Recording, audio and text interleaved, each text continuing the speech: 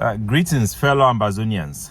This one is Capo Daniel, the chairman for the African People's Right Advocative Platform, where he get another branch, where na the Ambazonian People's Right Advocative Platform. We then talk about devolution, and people they ask them where to be the devolution. Those one the way they no get no solution or they no get no strong argument for push our struggle forward. They go talk say Capo Daniel is talking about special status. So Abidan talk say we go get a series of presentation where I go to clarify for educate our population, me they know exactly where to stand. Now because of certain calculation they would make up for our struggle, for belief say if we not take this road for demand something less than independent in the present future, in now, with the hope say in the future our population go get chance for get independence, then we go get a total loss scenario where all the struggle and struggle for this our struggle it go for water. Our population they go in perpetual violence. A similar type of scenario where they exist for Mexico, it go there for Ambazonia.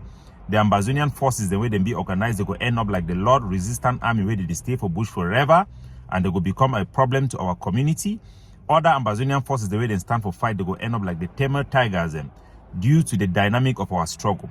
So we then decide say we no go ask independence now, because we not the only way for we for engage the international community for we forget the international support we go need them for put pressure for Cameroon so that we go make step towards our independence. We fight for independence, but we know say we no forget the independence now. So we want to try to secure that independence for the next generation or for the future, so that we attain independence through a democratic and peaceful means.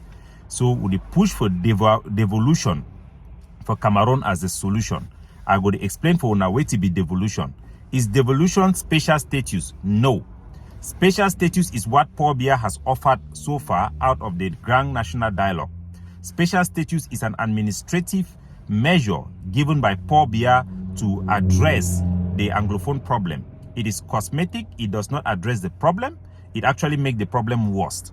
Their bilingualism, their national conciliator, the institution where the Rangiam instead exacerbate the problem. Now why that way the war still go ahead? Where to be the difference between devolution and special status? First of all, special status na a broad word, not be only to make Cameroon that offer them.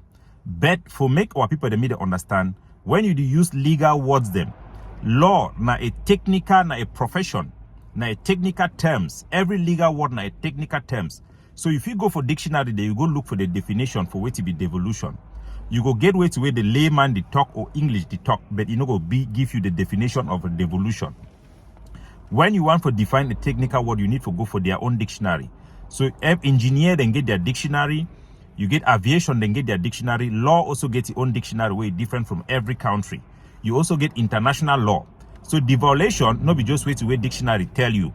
For international law, devolution na a situation where a central government for a country it give authority and power for the sub regions or for another special part for that country where they go fit able for government exercise those power and those authority over their territory in a defined way.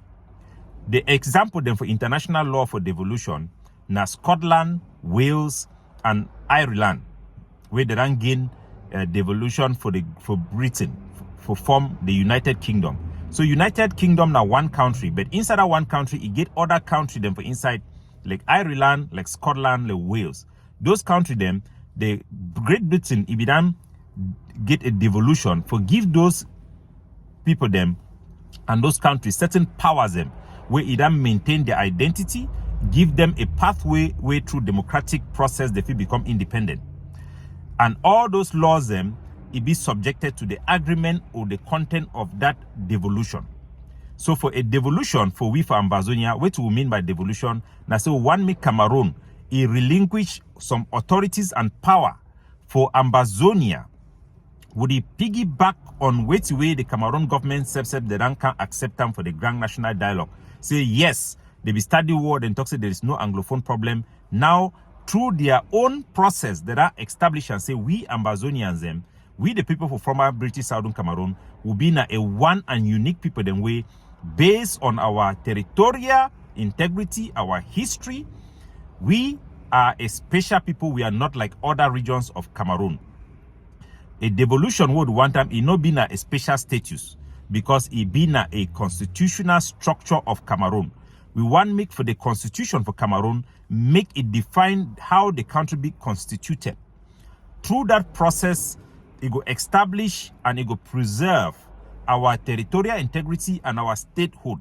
It will give us a recognition within the Cameroon state where it will preserve and protect our country from being neutralized or being absorbed within Cameroon. There is a risk that without this devaluation or without this protection, eventually even the special status itself, based on our understanding of what the hardliners in Cameroon and the hawks of the regimes are pushing from, people like Ferdinand Ngongo and the rest, they would want that special status to be given to other regions in Cameroon as well, that will end up to still integrate us within Cameroon and neutralize our nationalism. And we may be even further divided, with the Northwest being joined with the West Cameroon and the Southwest being joined with Littoral. So we face even a greater danger today than we faced in 2016. It is important that our people realize the danger of existential threat and the danger of eliminating our identity as a whole and take this proposition seriously. We have a 1-year plan to deliver for the Ambazonian people, and don't listen to distractors. Don't be distracted by the provocateurs who are working for the Cameroon government like Kuniam Titus. It is not their interest that we have peace or any concession from the Cameroon government, and they will continue to provoke our people to add pain to their injury. Don't be so concerned about what the enemy is saying or doing or manipulating our words to mean. Focus on the value of our people, their dignity and their rights. We want to secure a mini constitution and have a new social contract with the French Cameroon. We must do so by engaging La République du Cameroon directly, because we cannot do so internationally any longer after the failure of the Canadian talks, which Ambazonia came out looking as the belligerent faction. That is why the international community, including Canada, do not support any more pressure on La République du Cameroon that could bring them on the negotiation table. Cameroon have conceded, we have won, and Cameroon have recognized what they had initially refused as being an Anglophone problem. I'm calling on all sons and daughters of the Southern Cameroon to join this network of patriots, to contact me, become a consultant, becomes involved, so that we can secure for our people progress that is going to protect their rights from abuses, from collective punishment, from the Cameroon declaration of war, and a reversal of the ban of our nationalism that currently classify our nationalism as terrorism within Cameroon.